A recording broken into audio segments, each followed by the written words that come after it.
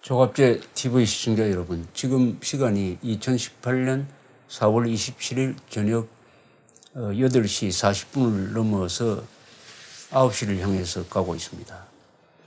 지금 앞에 두 차례에 걸쳐서 문재인, 김정은 판문점 선언을 비판적으로 분석을 했습니다. 마지막으로 세 번째, 이 마지막 문장에 이런 게 있습니다. 문재인 대통령은 올해 가을 평양을 방문하기로 했다. 이거 좀 문제가 있습니다. 2000년에 김대중, 2007년에 노무현 평양을 방문했습니다. 이번은 김정은이가 판문점에 왔습니다. 판문점 남측에서 했지만 사실상 중립지대죠. 판문점은. 서울에 와야 될 거 아닙니까? 김정은은 서울에 올 자신이 없는 모양입니다. 겁이 나는 모양이죠. 그러면 다음에는 산수의 법칙에 따라서도 김정은이가 서울에 와야죠. 그런데 또 한국 대통령이 평양에 갑니까? 그럼 스코어가 3대 0입니까? 이거 어떻게 되는 거죠? 이것은 굉장히 의전상의 문제가 있습니다. 꼭 대한민국 대통령이 불려가는 꼴입니다. 조공 바칠 때 이렇게 하죠. 이것은 안 될 이야기입니다. 그러면은 김정은, 문재인 두 사람 사이에 힘의 관계가 무엇이냐 하는 것을 잘 보여줍니다. 더구나 평양에 가면은 평양 연출에 놀아나게 됩니다. 평양에 가면은 딱 포위가 돼가지고 완전히 상징 조작에 놀아나게 됩니다. 왜 또 평양을 갑니까? 불길합니다. 그 다음에 이번 선언은 사실은 14선언의 동생쯤 됩니다. 14선언. 14선언에 들어간 내용이 거의 대부분 이번 판문점 선언에 들어갔습니다. 그런데 여기 중대한 차이점이 있습니다. 2007년 10월 4일에 발표된 이 선언은 그 목적이 퇴임을 몇 달 앞둔 노무현 대통령이 김정일이를 만나가지고 다음 정권의 쇠기를 박는다는 차원에서, 그러니까 북한의 부주기하고 한국의 안보 체제를 약화시키는 합의를 한 것입니다. 이명박 정부가 들어서면서 실천이 안 됐습니다. 다행히 실천이 안 됐어요. 그런데 그걸 실천했으면 아마 한국 안보 체제는 10년 전에 일찌감치 와야 됐을 것입니다.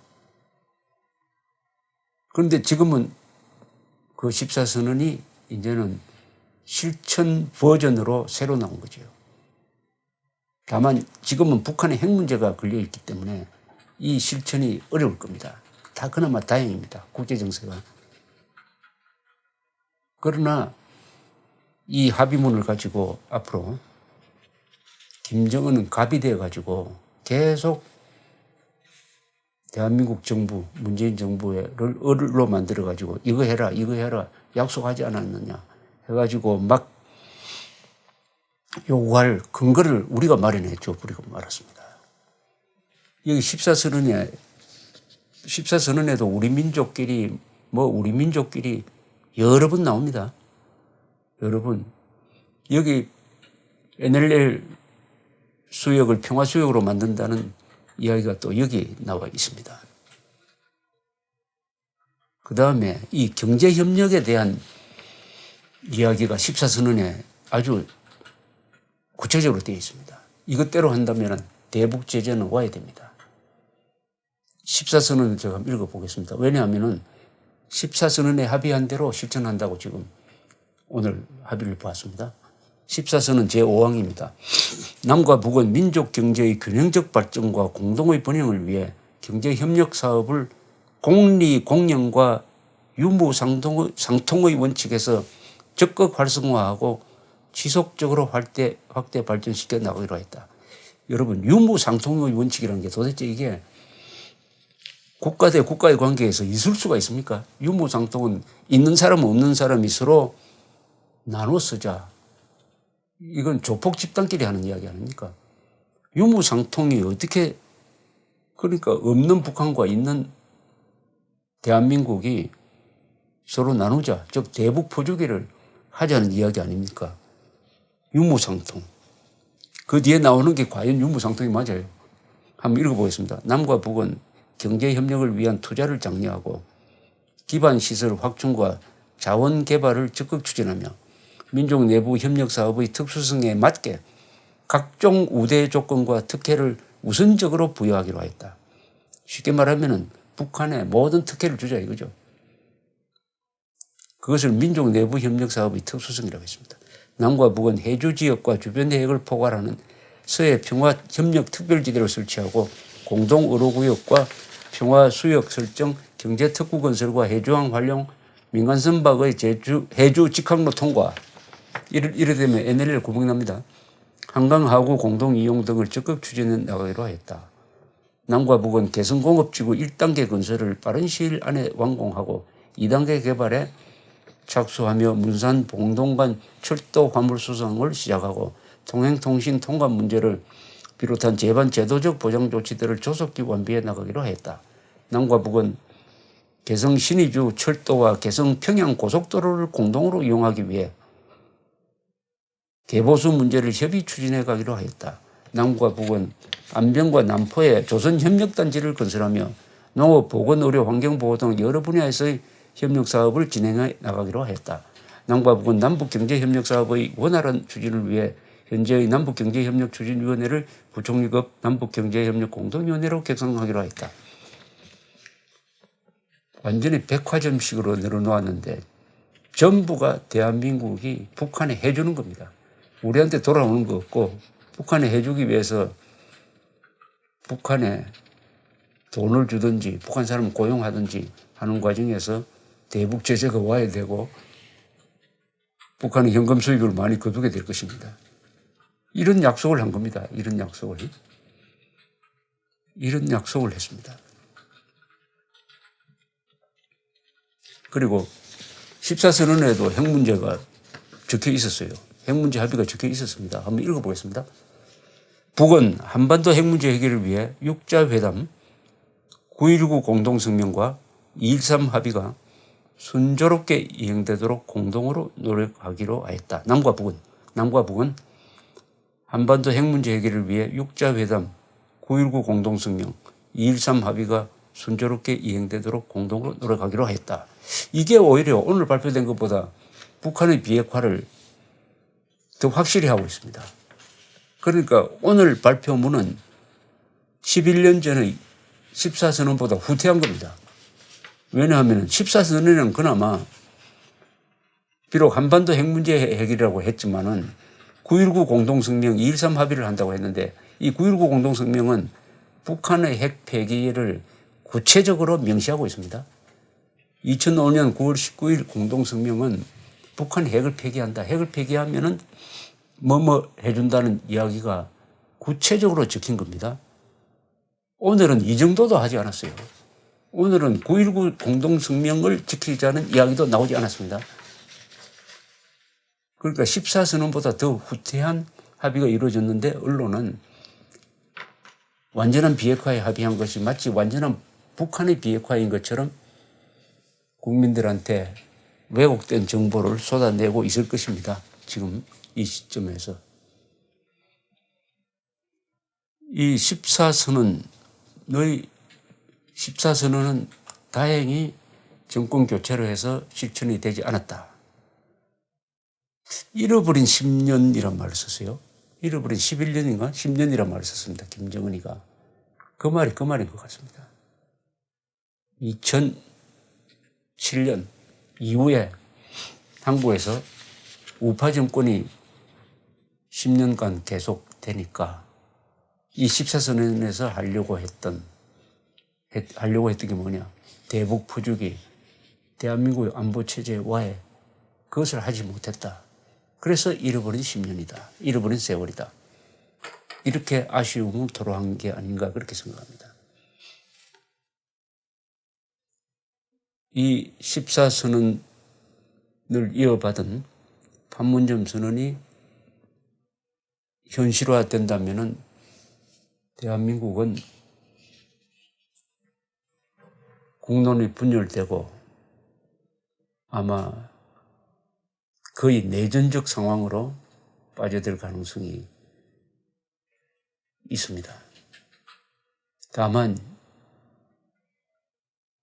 미국의 트럼프 대통령이 오늘 발표된 이것을 어떻게 해석하고 어떻게 대응하느냐가 하나의 변수입니다.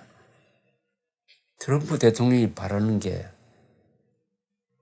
이런 상황은 아니겠죠. 트럼프 대통령이 북한의 핵 보유국화를 바라는 것은 아닐 것입니다. 트럼프 대통령이 조선반도의 비핵화의 취지에 따라서 핵우산 제공을 포기하고 주한미군 철수하고 한미동맹을 해체하는 것을 바라지는 않을 것입니다. 트럼프 대통령에게 상당한 책임도 있고 많은 것이 달려 있습니다. 한국은 안보 문제를 미국에 의존하다가 자주국방 의지를 상실하고 동시에 자유통일 의지까지 상실함으로써 한국의 우파 세력이 이렇게 몰리는 단초가 되었습니다. 한국의 안보를 트럼프 대통령에게 기대한다는 것 자체가 참 부끄러운 일입니다. 그러나 현실적으로는 지금 우파 세력, 자유민주 세력이 남북한의 좌익 공동 전선으로부터 압박을 받으니까 국가 생존 차원에서 트럼프 대통령의 거취를 주목하지 않을 수가 없는 것 또한 현실로 받아들일 수밖에 없다고 생각합니다. 트럼프 대통령의 생각과 저런 회의에서 등장한 북한의 태도 사이에는 너무나 차이가 큽니다. 그런데도 트럼프 대통령이 계속 만나겠다고 하는 것으로 봐서는 이 선언문에 나오지 않는 무슨 비밀스러운 이야기가 오고 가고 있을 가능성은 배제할 수 없습니다.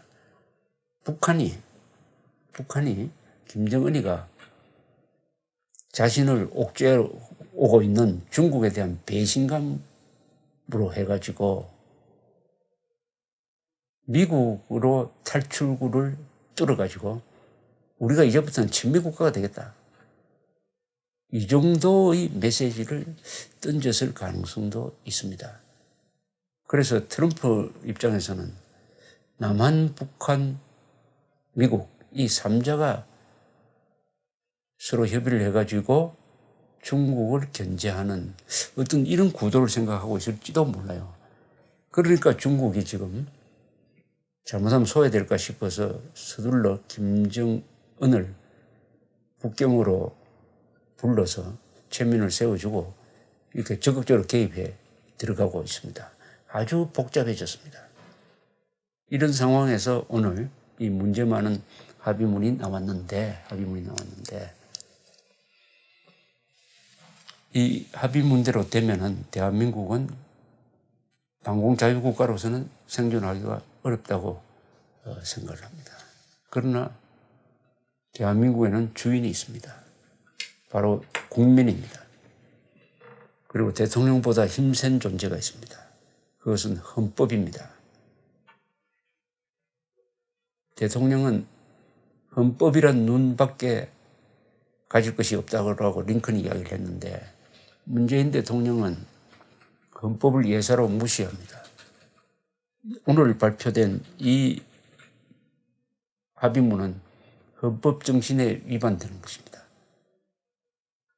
어떻게 해석을 해가지고 헌법 위반 사실을 명쾌하게 정리할 것이냐 하는 것은 법학자들, 법기술자들의 영역이라고 생각을 합니다. 헌법이 살아있는데 이런 6.15 선언, 14선언, 판문점 선언이 나올 수가 없죠. 선언으로 헌법을 무력화시킬 수는 없습니다. 헌법이 선언을 무력화시켜야 됩니다. 6.15 선언은 헌법 위반입니다. 그런데도 지난 18년 동안 그 위헌성을 법적으로 정리하지 못한 결과가 오늘 더 악화된, 더 위헌적으로 된 한반도의 평화와 번영, 토경의를 위한 판문점 선언으로 나타나고 말았습니다. 한국의 자유진영은 가진 무기가 지금 헌법밖에 없습니다. 헌법은 잠자고 있지만은 흔들어 깨우면은 엄청난 힘을 내게 마련입니다. 1215년의 마그나 카르타가 수시로 짓밟히고 했지만 결국 그 마그나 카르타가 살아가지고 영국의 민주주의를 만들어내고 그 마그나 카르타의 힘으로 독재자가 물러나고 왕의 목이 달아나는 그런 혁명을 가능하게, 청교도 혁명을 가능하게 하는 힘이 마그나 카르타였듯이 한국의 헌법이 지금 살아 있습니다. 다행히 개헌은 현재 좌절되었습니다. 우리는 헌법을 불러내야 합니다. 헌법을 흔들어 깨워야 합니다. 감사합니다.